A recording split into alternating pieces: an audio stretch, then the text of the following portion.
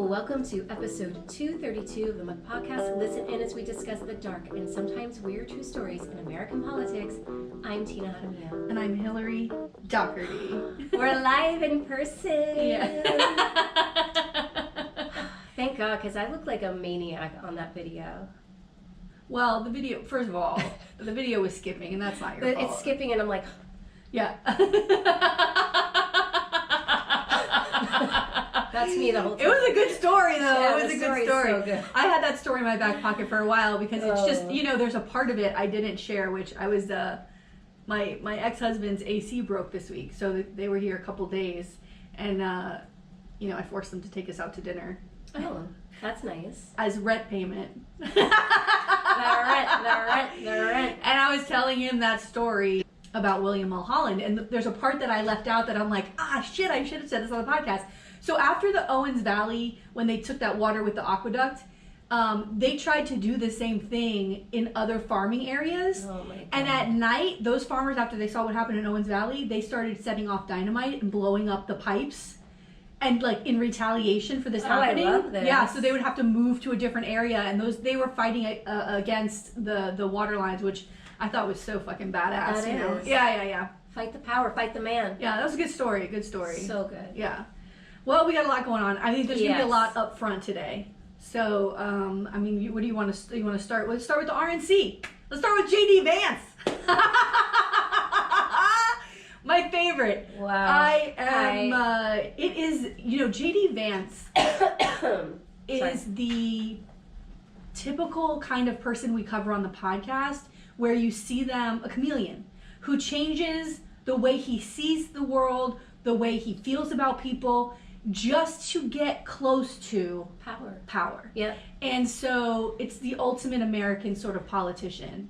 I mean, it's disgusting. In another time, any other time really, you would be able to pull direct quotes from this man a few years ago where he's attributing Trump to be like Hitler, to be Hitler, and comparing him to Hitler, and he would never be considered to be anywhere close to that ticket. No. But they believe in their spin so much, they can sell this guy. It's maddening, really. It's asking you to do a whiplash and then not go, oh, my neck hurts. It's a wild turn, don't you think? Yeah, I mean, I think that people can change their positions. You know what I mean? I don't think people have to always be like locked into like, I'm this and now I have to be this thing forever. But you never hope that the turn is towards Nazism. You know what I mean? Yeah. Like, you know what I'm saying? Like, you can have, certain political beliefs, and over time, maybe those beliefs evolve and change, and you go, okay, well, maybe I can lean a little bit more this way or that way or the other, but like, this is, you want people that are going to say no to Donald Trump, that are going to continue to fight against Donald Trump, not be enveloped by Donald Trump. Well, I mean, yes, people can change their positions. Yeah. His wife, whose parents are immigrants, this is first generation, is standing on a stage in front of lunatics, giving a speech. A woman of color, standing in front of signs that said mass deportation now. I'm telling you, this is beyond, I can change my position. Oh, yeah. It's crazy. A horrifying thing. His family, Nick Fuentes, who's a full-on Nazi, had a video that was on Twitter, because he's a very famous Proud Boy, and he was talking about J.D. Vance's wife, and how could, their children are brown, and their names are all Indian names, and how could this be? How could we have this person? And the reason the world is becoming the way it is because of interbreeding. This is an insane thing that this man said in 2024. I mean, it's a wild time. But the fact that you're going to put your wife and your children in danger, in the eye line of that. Yeah, what is wrong with you? Well, the RNC was pretty boring. I mean, RNC, yeah. It was a spectacle. That's all it is. It's just a spectacle. There's nothing serious. No. About the RNC. It was, of Hulk Hogan coming out ripping, we're like back in 1980, and he's ripping his shirt, and he's like, what this is what we're doing? Like, everything is just, I don't know. It's like everything is so over the top and cheering, and it just proves to me that, like, there's no substance there. No. There's no substance. The only thing they have is spectacle, and people, like, go wild for the spectacle, right? Oh, who's going to do what on stage, and what can we cheer and roar for? But there's no real talk about any real issues other than that they're going to have internment camps and, like, get rid of the Latinos. And I'm thinking, the Latinos immigration was a big are thing. supporting Trump. Like, do you not hear what they're talking about? You. And if you think they're not talking about you, like, you're stupid, right? Yeah, well, they always have an argument. I mean, anybody who is part of that group always has an argument of, well, my parent or my brother or whoever came in the right way, whatever that is.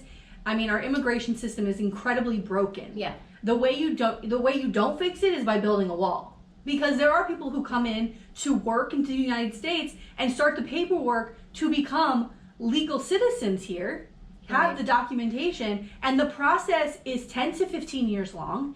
It's very expensive, and if you're lucky enough to not get caught up with a lawyer who's going to just drain you for money for years and years and years before you get it, it's a broken system. The fact of the matter is they never brought up abortion once. No. Which is, you know, the big thing of this party. They don't want to tell you what they're actually going to do about abortion, which is make it illegal, a nationwide ban.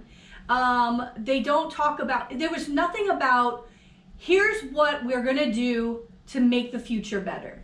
There was no picture of that. Donald Trump gave a speech that was like an hour and a half long. It was so bad. It was so boring. I didn't even that look like at it. At one point I was thinking, how can we not beat this guy? This is a beatable candidate. Yeah. That's the biggest liability is he goes off script. That's the biggest liability that they have.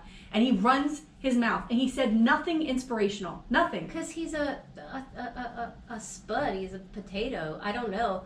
But the other thing with immigration, and my husband and I were talking about this the other day, is the issue with immigration, right? Like, okay, there's drugs coming in the border, right? They're bringing drugs in, but who's buying all the drugs? It's Americans who are buying those drugs across that, right? They have a plenty of people who want those drugs, right? They have drug cartels and things that people are trying to escape. But as an American government, what have we done to curtail or stop anything? We like when things collapse around us, right? And now we want to be like, oh my God, all these people are fleeing when we have done nothing with our power or our ability to help stabilize anything in any way. You know what I mean? So, like, you know, it's so even crazy. Speaking of the even so crazy. Speaking of the JD Vance and his mother being an addict, you know, the whole thing with her is that she was a nurse. Yeah. She stole these pills. She had opioid crisis, stole the pills from her work. She wasn't getting them from someone who came over the border. I know. And then didn't he have some fraudulent JD Vance had some opioid, like he started some foundation that turned out like where he was just keeping money. Oh yeah, he ran with the money. Yeah, ran he used away it with for his money. campaign. Mm-hmm. So, and also, can we don't also care. talk about the fact that he's been in office less than 2 years? He like literally was just elected. Yeah, this guy's a joke. I don't get it. And I hope it ends better for him than it did for Mike Pence, because my daughter this week asked me why does Trump have a new VP candidate, and I'm like, girl, I laid out the whole thing. I'm like, and then it ended with they're trying to kill him. Yeah, gallows. And the man had one shred of dignity left, Mike Pence, after basically handing over his integrity and what he believed in, whether you agree with it or not. He handed all that over, also to be close to power. Mm-hmm. They sold his soul. And he had a little bit of integrity left and belief in the Constitution and upheld it that day. Thank Christ. Thank God, because I don't know if J.D. Vance would. No, he won't. He's already said that he would never do what Mike Pence did. So we're in a lot of trouble there. Now, speaking of let's talk about what has been my favorite conversation for the last few weeks, which I thought also, can we talk about how these morons at the RNC are wearing little bandages over their ears? Maxi pads. It's a cult. To which I say, pass out the Kool-Aid. Yeah. Which, and we talked about Please. this last week, you know, they run around with their AR-15 pins after every mass shooting where kids are dead, little babies, children are shot through with weapons of war. And this guy gets nicked in the ear. And okay, fine, no one should be shooting at anybody. I'm not condoning any of that. But he gets nicked in the ear and he's lucky. And you guys are walking around with, maxi pads on the side of your face. Well, and the other part is this. If you're going to mock it like that, I think it's open for mockery. Yeah. He literally said on a phone call that was leaked. He had a phone call with RFK Jr. trying to get that more on his side. And he said it felt like a bug bite. You know there's nothing underneath that ear, right? There's no sign of a bullet wound. There's nothing underneath that bandage. How can we make this as outrageous as possible? Again, spectacle. So honestly, you're lucky to be alive. But the worst part, I don't want to get into the conspiracies because I hate that kind of bullshit. But we know nothing of the motive yet. We know nothing of a 20-year-old kid who's been raised where social media existed his entire life. You're going to tell me you have no signs, no idea, no motive as to why?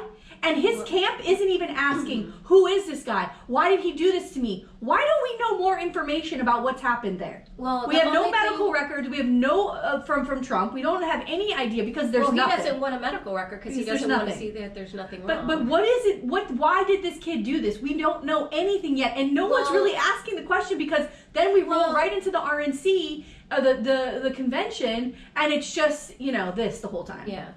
The only thing that I saw that came out is he did have a limited social media presence, but that he was doing searches, and he searced President Biden, Trump, like where they were going to be, and also like other like famous people. So I was thinking like he might be someone that just wanted to kill someone notable, not necessarily Trump. You know what I mean? Wouldn't that be nice if we I don't even see news talking about this kid. There's nothing. That's what I read. In an article that I read about it with the FBI, that they came out and like that's what they said. This happened a week ago. Yeah. It's off the front page. It's off the front page. That's frightening to me. Yeah. And I don't know if it's because nobody gives a fuck about Trump and fuck him. No, I don't. I mean, why are we not talking about... Anyway, let's fuck him. Okay. So anyway, let's get into these people who are still calling for President Biden to step aside. Again, I wrote... This is what I wrote. And then underneath it, after this, I watched the AOC video. So I wrote, calls for Biden but not Harris, legal ramifications, state ballots, SCOTUS final decision. Those are the things that I wrote. Yeah. And then, like days before, then I watched the AOC video.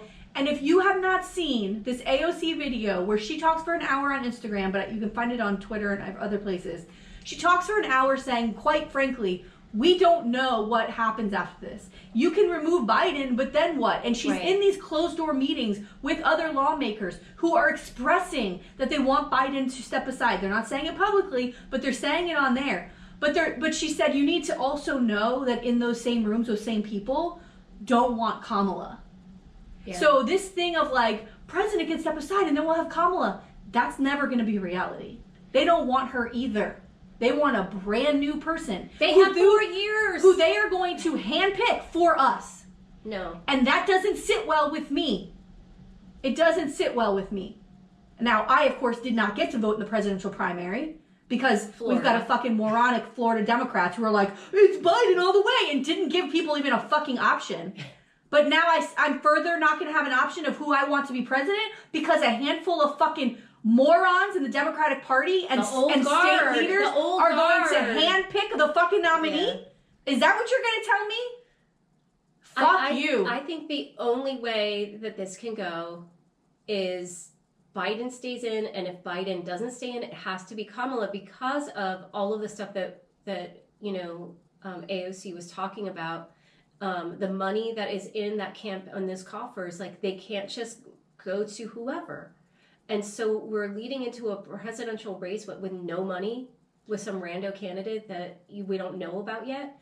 And if they really wanted to be fair, they should let them fight it out at the DNC. That's what the convention is for, right? Yeah. That is what the convention is for. If Biden is not going to be the nominee, the convention is for people to state their case on why they should be the person running for this seat. You know what I mean? And Yeah, that's but even in that scenario, you and I are not going to have an option. no, we're not. But and you're going to tell me I'm going to leave it up to delegates who are dressed like the Sam the American Eagle running around a convention center? Oh my god. That's who's going to be choosing for me? I mean, fuck out of here. But if Kamala has a really strong beep, like I feel like, you know, people can maybe rally. But honestly, this is the problem. Yeah. And I said it the other day, like that it's too little too late. 4 years ago is when they should have said, okay, he's a one term. Who are we thinking about? So then when Biden came around and said, I'm going to run again, they go, no. Here are the list of people that we've been working with for 4 years. We're past that now. You know what I mean? Like they don't do anything. And then the fact that I said this in the group text, that Ohio and 2 other states may not even have Biden on the ballot because the convention date was too late, past their ballot deadline. Who is organizing this convention that they don't go state by state and know when these stupid deadlines are? Because nobody expected this. Because it's 50 states. But they were not prepared. They're never prepared, the Democratic Party, But regardless if Biden was staying in or out, he still may not be on the ballot. Yep. Because they're dumb. Yep. The level, it's you know, incompetence. They want to talk about trickle down economics. It's trickle down incompetence. With the Democratic Party. I'm sick of it. All the way down to the and I'm fucking sick of it. My God. Fucking sick of it. The one good thing that has come out of this is that the curtain has been pulled back for the whole entire world to see how fucking unprepared and incompetent the Democratic Party is. And God bless Biden for digging his heels in. Listen, he steps aside and he gives Kamala a blessing. You just shut the fuck up and let people vote. Because honestly, like, I know there might not be, if there's a new person, maybe there won't be money in the campaign. I don't know how much more publicity you need to get. Put the ballot in front of people. Just tell people to go vote. They're going to vote. It's either going to see Trump or somebody else's name. Come on. We don't need to do that much fucking promotion here, okay? But the concern is the legal ramifications. We got to get past like, oh, we should have had this conversation. We're over that. Now the conversation should be, okay, you fucking smart motherfuckers who can't answer this question. How do we get him on the ballot in places where he's already, how do we get him off the ballot and a new person on? The legal, and the Trump campaign is salivating over this. They've already said they have their lawyers on the case that if we remove Biden and try to put someone else on, they are going to sue. Right. Well, that's why it has to be done soon. And the final decision will go to SCOTUS. And that's who you fucking people are going to trust. I don't trust them with my body, making decisions about my body. And you're going to trust them who just gave immunity to Trump? I know. That's what you're going to do? A crazy. Fucking majority Republican, psychotic Republican on SCOTUS? They have not thought this out at all. I know. At all. They just have to get it in before those ballot deadlines. And as far as I know, they have time. Now, if the Democrats were smart, they would have had their convention 1 week later in July so that they would have time to meet all of the deadlines. Because if they meet the deadlines, it doesn't matter who the fuck they put on that ballot. But once the deadline passes and whoever's name is on the ballot, that's where they're going to have the legal battle. We can't afford to lose Ohio. And here we are wasting our time. All we do is waste time. It's outrageous. Tina, we are now 100 days away from this election. And one of the things AOC said in that room, or on that video, is that those rooms also, those representatives, all that they're saying is my donors don't want Biden. Well, and my donors don't want this. And she says to them, well, my constituents, which is who I represent here, want Biden. The voters I represent, which is all you motherfuckers should be concerned with. The people who elected you and put you up there. They want Biden. But your donors don't? Who are you working for? I mean, we all know. Well, they're working for big money. Yeah, we're an oligarchy, man. But the voters want Biden. Y'all are fucking playing games. And you don't know what you're doing.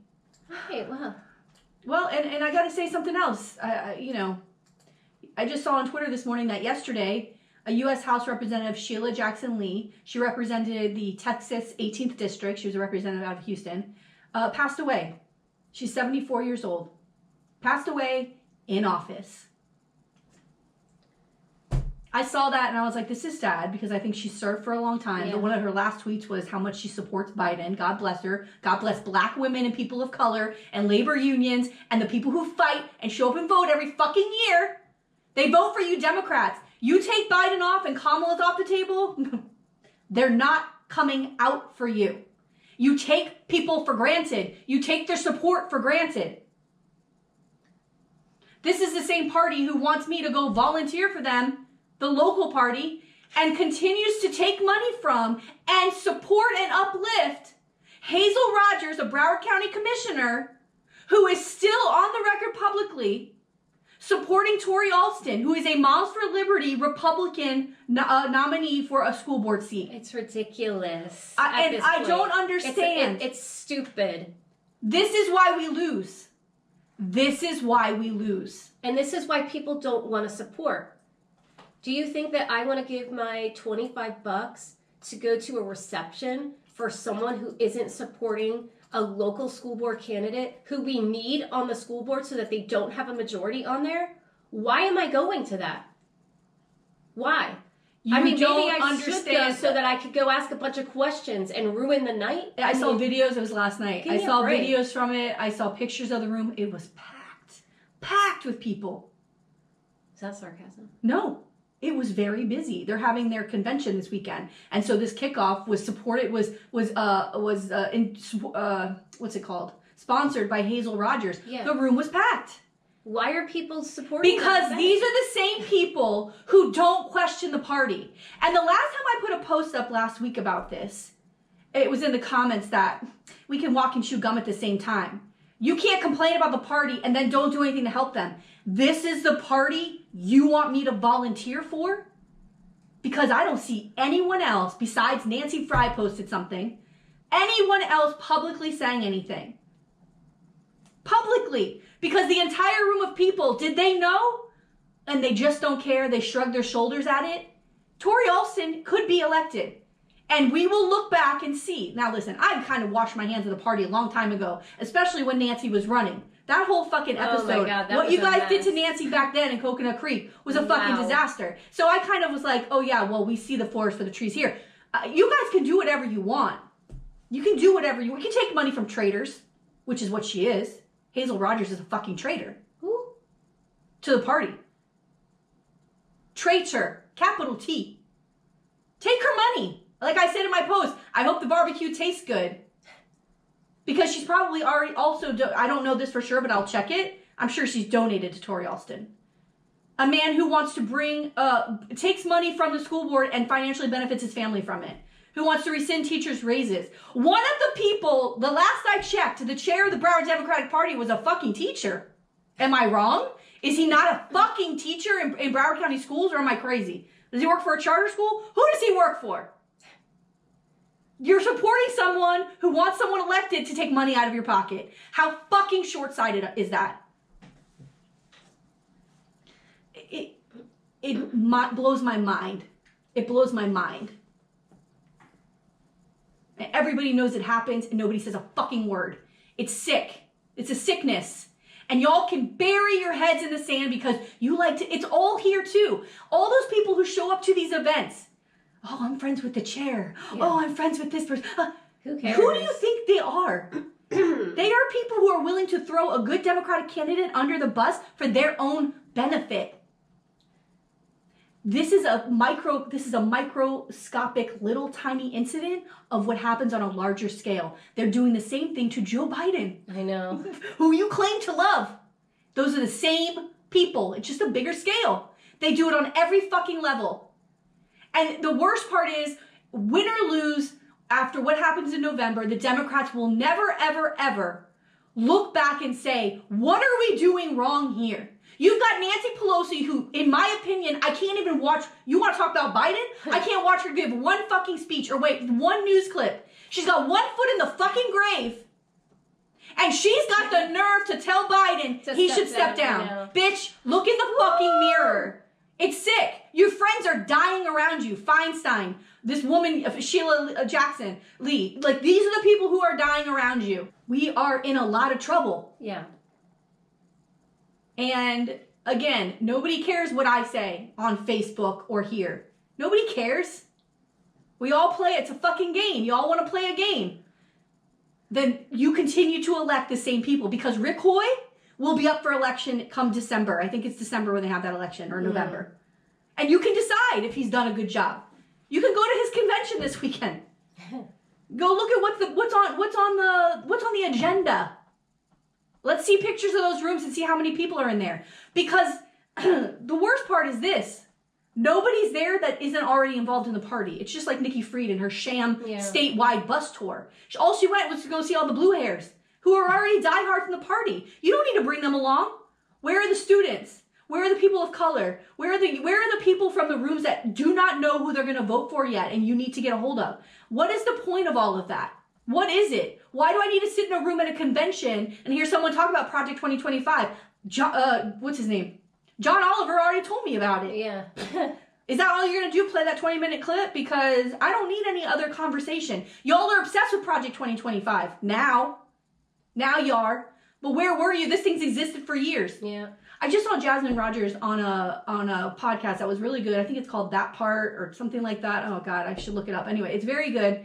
And she's a local activist and she works in the political circles. And she said that, which is part of Project 2025, which I learned on the John Oliver clip, is that these people who have already set this up, they already have websites you can go to and apply for jobs in the new Trump administration. They are building the benches right now for every single place where they're going to need someone to work. They're getting job applications already. We don't even know who's going to be our nominee. That's how it is.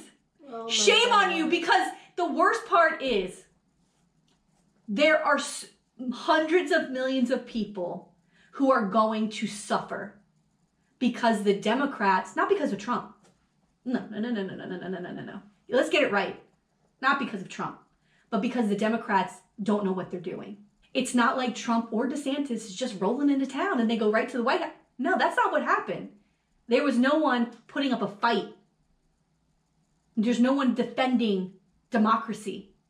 You dropped the ball everywhere. That's how this happened.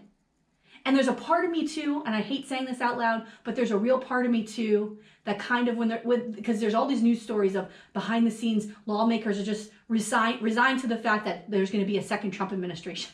I think they like it. Do you know why? Because then they got a boogeyman. Because they don't do anything. So then they can go back to their constituents and be like, oh, how many times we hear Debbie Wasserman Schultz come back to the Dolphins and go, oh, man, Trump did this, and Trump did that, and Trump did that. How many times? They love the boogeyman. They love it. Because they'll still all be safe. Well, maybe not. Once it's a dictatorship, then they'll all be out of the job. And that's who we're supposed to look towards. Oh, God. The Jared Moskowitz of the world. Another one. Sell out. Yeah, another one. Like, put them sneakers on and... Skedaddle. All right. Well... Yeah, all right, Tina, go on. Okay. So today... Yes. I'm going to tell you the story of former Craighead County Clerk, Kade Holliday. Holiday. I was going to try to sing, but I can't. My voice is still down. All right. So Kade Holliday served as Craighead County Clerk beginning in 2012. But when auditors noticed suspicious activity in the city's bank accounts, he gets in trouble. All right. So our story takes place in Craighead County, Arkansas around 2020. And from an early article about Holliday from Arkansas Business, Holliday first ran for the clerk seat in 2012 when he was about 24 years old. So he's like a young elected. He had a degree in finance and an MBA. It made sense for him to move into politics. And he noted in the article that it was either go into politics or go on for his PhD. And at the time he said, quote, I was preparing to get a doctorate in finance, but some people discussed with me potentially running for county clerk.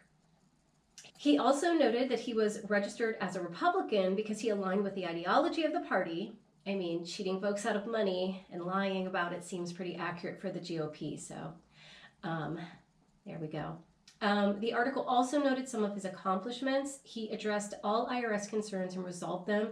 He streamlined processes to make the office more efficient, and he reduced the budget. So he did some good stuff while he was in that position. He was also civically engaged, and he was a member of organizations like the Rotary Club, the Chamber of Commerce, the Jonesboro Young Professionals Network, and he was also involved in the Arkansas Association of County Clerks. And so two things kind of happen at the same time in this story. There's state and federal. So I'm going to go into the state stuff and then hit the bigger story with the federal stuff. Okay, so one of the first things that he gets in trouble for, according to an Arkansas Times article, the Northeast Arkansas Leadership Business Council believed that Holliday took money from them because, so he was on there kind of like as a treasurer, he's part of this board or whatever, and it's just like a local business council kind of chamber of commerce kind of thing, I guess. And they noticed that money is missing, and they believe that he took money from them because they checked their account and there was only $6 remaining out of $15,000 to $20,000 oh my in the account. And he's the treasurer, so they're like, some money is missing? That's a lot of money. So it's found out that he's stealing from this nonprofit, and what's more, he was forging documents. Specifically, he was forging these documents. They were these alcoholic beverage control applications for this cafe in order for this cafe to serve liquor, and he was like forging these docs and somehow like getting money with that too. So he gets charged with 12 counts of theft of property, 1 count of forgery, and abuse of office. So Holliday makes a plea deal. He pled guilty to 4 counts of theft and of property and the 1 count of forgery. So he got 60 months on the theft, and he got 10 years for forgery, which he could serve concurrently, so at the same time. And he also had to pay $13,963 in restitution. So there's more. Oh my God. Holliday's attorney, Dustin McDaniel, told reporters this after Holliday's sentencing.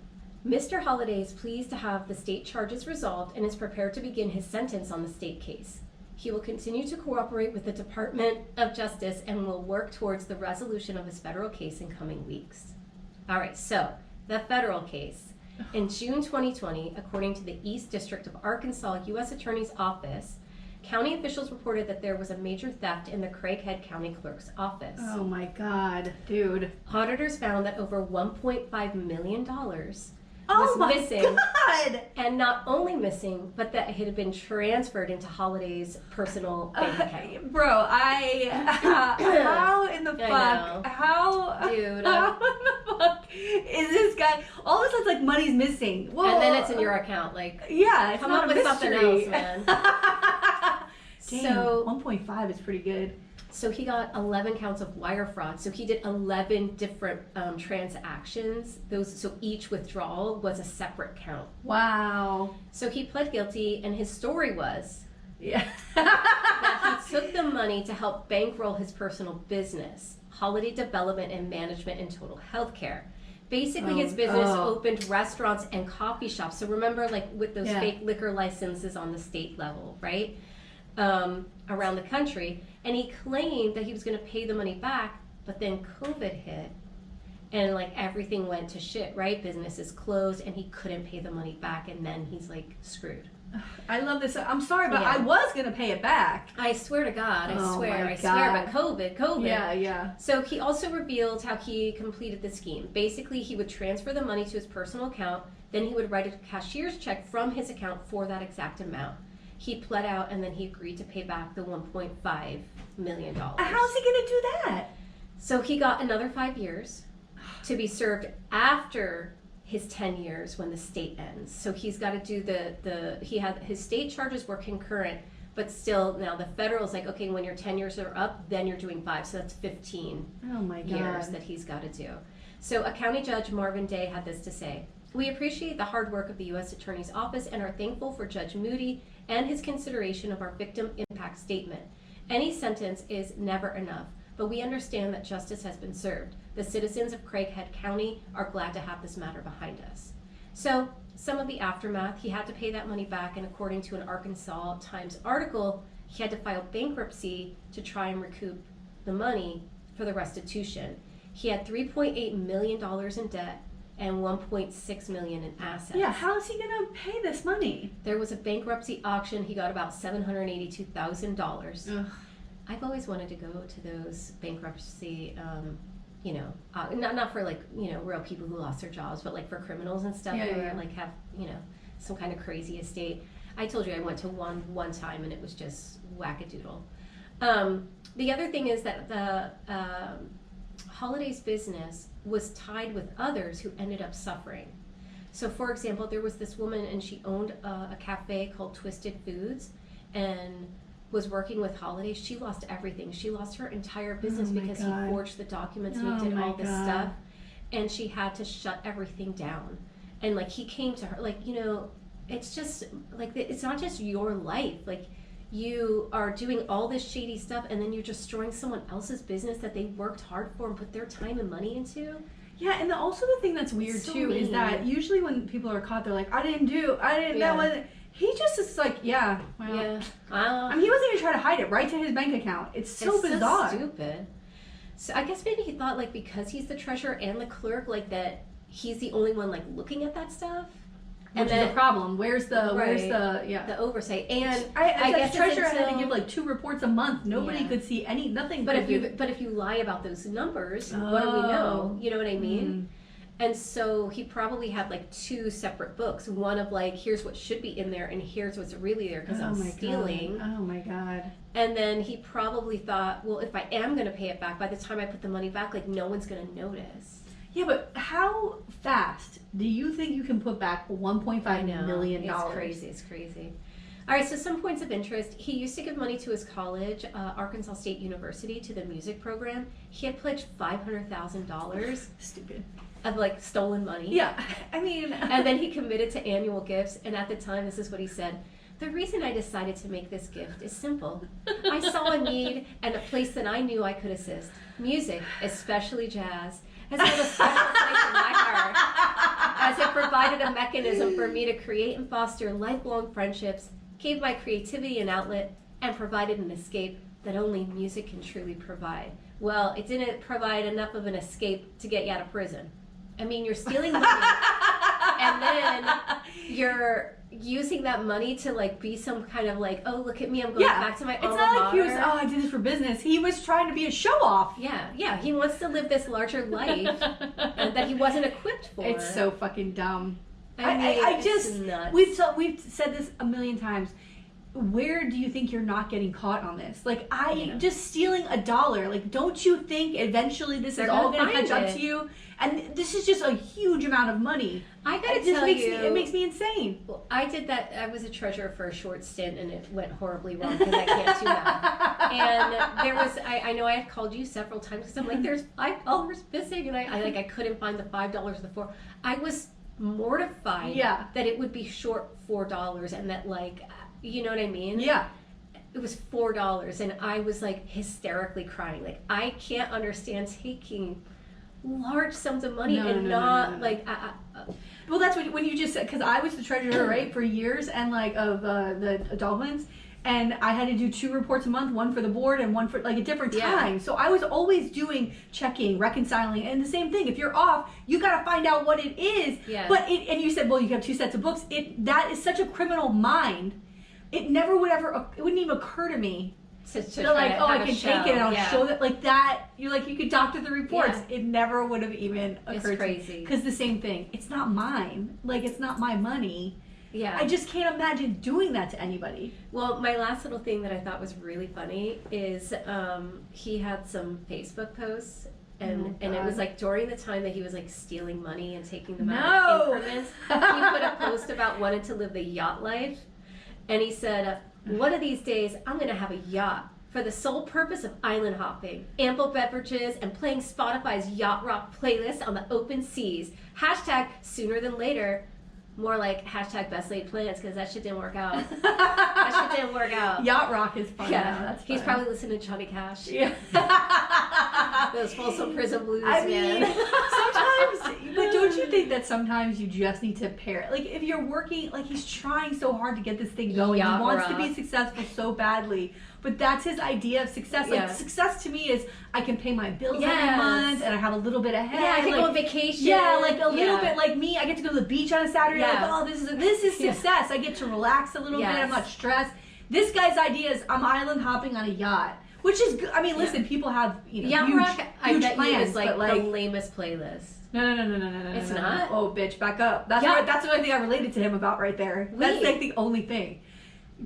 Yacht rock is the shit. Wait, what is yacht rock? Give me some examples. Sailing. Oh my god. Hold on a second. Hold on. I know there's a fantastic playlist on Spotify that is yacht rock that I have had so much fun listening to. What? Yeah, yacht rock. There's a whole Spotify. So, to me, I just think of like such like here's one. Goobers.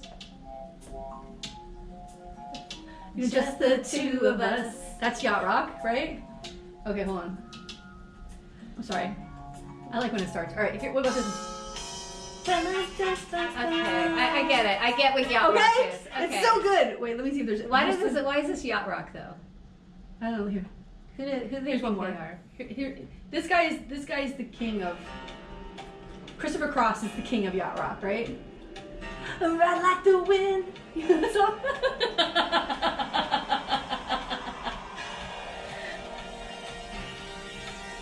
All right, It's coming.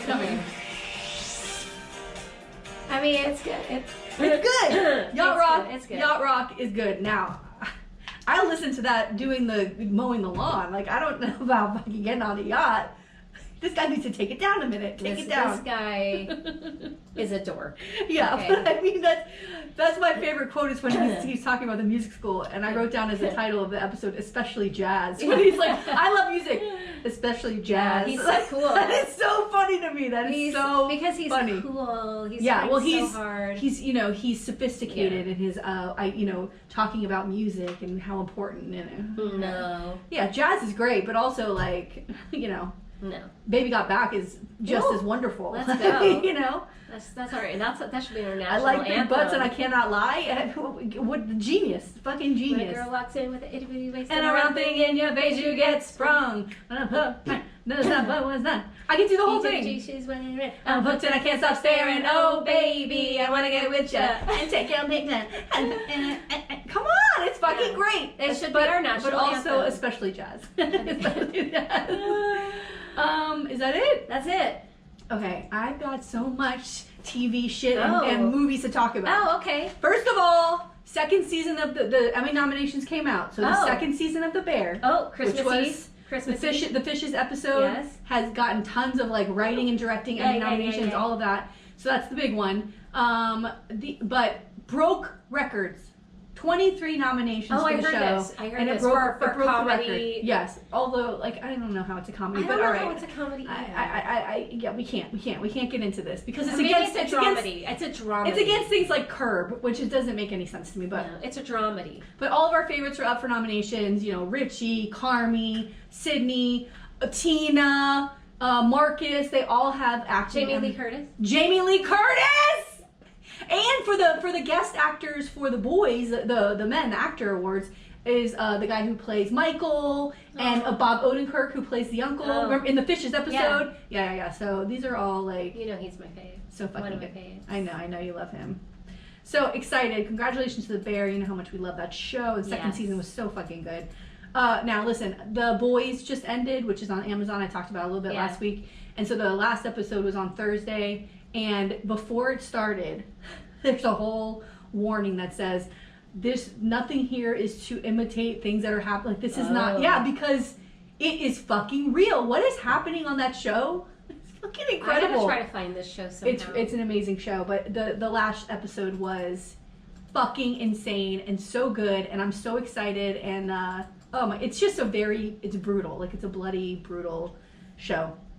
My two other things is, this morning I finished the Faye Dunaway documentary. Ooh, I want to watch that. On HBO. I want to watch it. It's so fucking good. My only complaint is this. She is known for being a goddamn tyrant. Yes. Like, anybody who ever worked with her. Yes. I listened to a podcast once, and it was this guy who, he's in Hollywood, he's a writer, and he said, the one thing you can always count on in Los Angeles is you can ask somebody, what's your Faye Dunaway story? And it doesn't matter who it is. They all have a story where they've run into her and she was a nightmare or whatever. I've seen an interview with Betty Davis. Yes. It's so it was good. with Johnny Carson. So, he said, who's the worst person you ever worked with in Hollywood? And she said, But she goes, $1 million. It was Faye Dunaway. Yeah. And she said, and anybody else you asked that sits here is going to tell you the same thing. Holy shit! That interview was so good. It's she's so, just because she's an old bitch and she got that fucking cigarette and she don't give a fuck anymore. So good. Such a great documentary. But they talk about how she has this difficulty. They just say that later on she was diagnosed with bipolar and like other things. So maybe. she's saying that is the reason for all of that. But you have to think that at her time, Yeah. we didn't Right. deal with mental health issues in the same way. We didn't know how to deal with mental health issues other than the fact of like locking people up and you know and doing electroshock therapy and other treatments. Yeah. So, and if you're someone that wields that much power in Hollywood, who's gonna mess with you or try to get you treatment when they don't even understand like what the disease is? You know? I don't even think she really understood. Yeah. But you know she's from Florida. Oh, I didn't know that. She graduated from high school in Tallahassee, and Oh, I didn't know that. So, well, you know, northern Florida, which is basically the South. The South. But it was really great, and she just has this remarkable relationship with her son, which I find very. She talked about becoming a mother, and it made me cry. I was crying this morning at 5:30 in the morning. Scrub the floors, Christina. Yeah. They talk about fucking Mommy Dearest. Which you know Simon had never seen Mommy Dearest, and he was like, "What the fuck is going on?" I have to share good movies with people. I can't take it. Now speaking, it's so fucking good. I watch it with my daughter. It's fucking good. I told you I used to say that to my mother anytime, like if she would be mad at me, you know, and like telling me, I go, "Whatever you want, Mommy Dearest," and she didn't like it. Yeah. Speaking of this, so my kids were here, like I said, a couple days this week, and I'm like, "Let's watch a movie. We should watch a movie together." So they're like, "What movie?" So I'm going through HBO, and I'm like, "Oh my god, Sixth Sense." Oh, I watched that with my kids. They fucking loved it, and they, you know, my only regret is I did not record them when the twist at the end, and because my daughter was like, "Oh my god," like it was because there's a lot of twists in that movie, but that was like you don't even see it coming, and even though I know it, when I'm watching the movie, it's so sad. Oh no, the whole that thing. scene on the couch with the ring and no. It's so fucking sad, and then you see her breathing the air. God, so good. I can't. So that was great. But tonight, because of the passing of Shelley Duvall, rest in peace. Oh yeah. Who I love. I saw this. Yeah, The Shining. Yes, they're doing a screening of The Shining. I'm going. I got my tickets at the Gateway, the old theater, the Gateway. They're doing a screening. It's at 10 o'clock. I was thinking about bringing. Do you think they would let my kids in or no? Yeah. Oh yeah, I brought my kids to one of those movies. Even though it's like rated R or whatever. Yeah. Because I was thinking about. You can go to those as long as you're accompanied by an adult. Yeah. So it just depends because I have this lingering like COVID fatigue. So if I'm not dead to the world, I might go. I'm going. So please come. And then also, I was saying to Simon because I was like, well, it's over at 12:30, but you know what they do there on Saturday nights at midnight. Rocky Horror. And he's like, double feature. I'm like, double feature. We should totally sneak our way. Well, I don't know if we can sneak in. I should probably pay because they're good. They're good people there. That's great. Yeah. I'll be up till 3 o'clock in the morning watching The Shining, and then Rocky Horror would be so much fun. I love The Shining. Have you ever seen? Oh my god, I fucking love that movie. You remember when they used to do like trailers, and they would change like scary movies, and they have the romantic version of The Shining. Oh yeah. And it's just like The Shining, and it's like and it's like it's so funny how they piece it together. Oh my god. Well, I didn't realize that. It's a Salisbury Hill that the Peter Gabriel's playing. I didn't realize that. You know, she's terrified. Like she's so scared, and like it's such a great acting performance by Shelley Duvall in that movie, but. That she was basically being tortured by the director the whole time. Kubrick was crazy. He was known for really pushing things with the actors. Yeah. But anyway, I'm excited about it. I fucking love that movie. It's such a great movie. So fucking good. Such a great movie. I taught a class when I was teaching at FAU, and we had to. Well, we didn't have to, but I was doing. I don't remember how, why, when, or what, but we were looking at excerpts of The Shining and doing a thing, and I I had forgotten. One of my students, because it has that full frontal scene, and one Oh, yeah, of yeah. my students like really flipped out, and I'm like, we're in college, like what's going on? But yeah, I forgot about that scene, and when I watched it with my kids here, I was like, oh, yeah. And of course, my son was like, thanks, Mom. Yeah. Watching Yeah. it, I was like, oh God, I'm so sorry. It was looking weird. Like, I'm sorry. Yeah, I watched it with them. My youngest he does not like scary movies. Yeah. But my oldest does, so I definitely watched it with my oldest. They both have seen the Sixth Sense, Signs. Yeah, that's why I told them we're gonna watch Signs. Signs next. is a good one. Yeah. Yeah. They've watched a couple of other of his M. Night Shyamalan movies, like The Lady in the Water or something. They watched in some. But yeah, he's got great movies. Yeah. Oh God, Sixth Sense, such a great movie. I mean, brilliant. She was telling her friends about it, and none of them had seen it. I'm like, yeah, because I don't think people, you know what I mean? Yeah. Either play this for their kids or tell them, you know. The other one that my kids really, really, really liked it's called The Others, and it's with Nicole Kidman. Oh, wait. It's like a ghosty. Yes. That one is really good. Because, like, you don't know. That's a similar thing. How do you feel about the second Beetlejuice? Have you seen those trailers? Yeah. Yeah, I'm looking forward to that. Yeah, I want to go see that. Yeah. So, all right. Oh, and I want to see Daddy Longlegs. Do you? Oh, Longlegs. I certainly do. It says it's the scariest movie of all time. Yes. And so I heard like people are like vomiting in the theater. Oh my God. Freaking out. But I love so I love Nick Cage. Like Nick Cage. Oh my God, forget about it. like, Legend, right? Yeah. I mean, come on. Yeah. I mean, he's in like the best. I mean, on. Moonstruck. I lost my hand. I lost my pride. Oh my God! And why can't I think of the baby movie? I mean, Raising Arizona. He's amazing. He's just, I mean, and then and he knows that he's like hammy. You know what I mean? And so my husband. Recently, like we just did like a bunch of like just Nicolas Cage movies one after the next. So good. And I was like, I have to see. And of course, I don't go to the theater, but I will as soon as it's like released, I'll watch it on TV.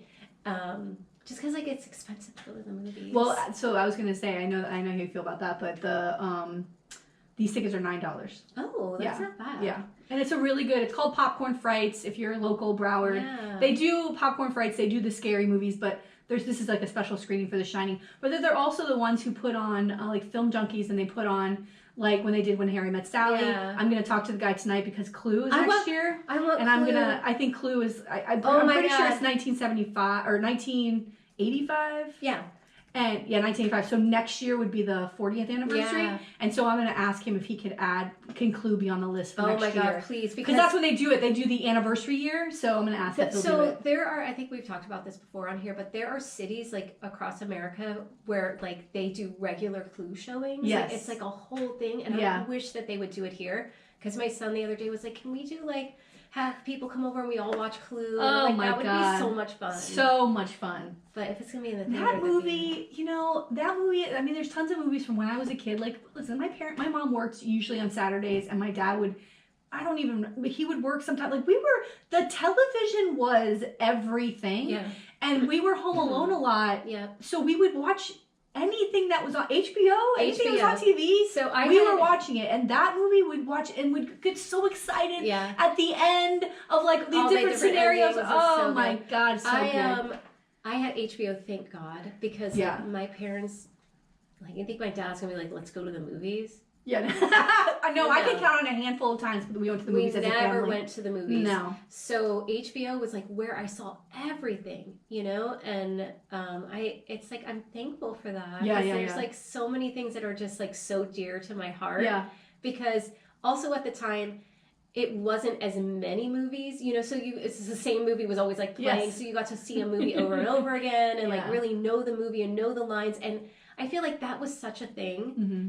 Of like saying lines of movies, and kids don't do that. No, it's one shot. It's one shot. That's it. Yeah. Like they don't watch it over and over and over and over. I mean, there's certain ones. Like my My kids watch, you know, the movie they watch over and over and over again is The Three Amigos. They love. love. God, I just listened to an interview with Steve Martin and Martin Short. They talked about the Three Amigos. Love The Three Amigos. Like, my son knows the whole dialogue. Like, from when they were little. Like, they used to do the songs. Like, it's just so fun. We just watched it again a couple weeks ago, and it's so stupid funny, but it's so good. It's so fucking good. Do you know what a plethora is? I would hate for someone to say I had a plethora, but they don't know what a plethora is. He's like, no, yes, I know a plethora. So funny. Steve Martin said in this interview, it's the Conan O'Brien podcast, which I've been loving, just going back and listening to old episodes. But he said that his favorite joke in that movie was that they're dressed in that, all three of them are dressed in that sparkly, gear, and they walk into a bar in Mexico or something. Yes. And they walk up, they slowly walk up, and he says to the bartender, we're not Mexican, but it's very clear. That's when he gets I fucking love Steve Martin. I obsessed. When they do that My Little Buttercup song. Oh my god, I can't. I'm just obsessed. But you know, thinking about those summer or the HBO watching movies like that, it made me sad to see Bruce Willis in The Sixth Sense, because I said to the kids who were watching it, and I was like, oh, you know what? He's very ill right now. It's so sad. It's so fucking sad. Die Hard. I watched Die Hard. Die Hard, but also like Hudson Hawk was a big movie for me as a kid. God. What's the one where the girl's at a blind? Is it Blind Date or something like? There was one where it was. I want to say it was Kathleen Turner, and it was Kim Basinger, and she can't drink because she becomes like so fucking insane, and they go on a date. Oh, and I don't know this movie. Oh my god, hold on, let me find the. I don't know this movie. Oh, Bruce Willis. I know. And he was like he was a big part of movies when I was a kid. Yeah, and Bruce Willis was like such a cool actor, because he was one of those actors that just, you know, he had that like, there was like this little smile, you know, like that he would give this smile, like, and it was so mischievous, like, you know what I mean? Like, he just had this thing about him, that charisma, you know? He's a star. It was called Blind Date. It was 1987. I know. Basically, the whole thing was I don't drink, because she gets like, I mean, it's drunk, but it's like one sip and she's like back in a mess. So it's the whole movie is just a catastrophe after one after the other. But those are the kind of movies that we would watch over and over again. Yeah. Yeah, I love Bruce Willis. Oh. I saw his band play one time. You know, he's in that blues band. He played harmonica. Well, he had the, what was that? The Hard Rock, or not Hard Rock. What was It was Planet Hollywood. That's where I saw him play. It was the opening of Planet Hollywood, and they had that in Fort Lauderdale. Oh my god. Where my high school boyfriend worked at Blockbuster, and you could win tickets, the 2 tickets to the Planet Hollywood premiere, and he stuffed that box with my fucking name on it like fucking 20 times a day. Oh. And we won. I hope he can't get in trouble now. Oh my god. No, Blockbuster's defunct, man. Doesn't even exist. Oh, that's true. That's true. And neither does Planet Hollywood. Oh, that's right. Oh my god. Planet Hollywood. Yeah.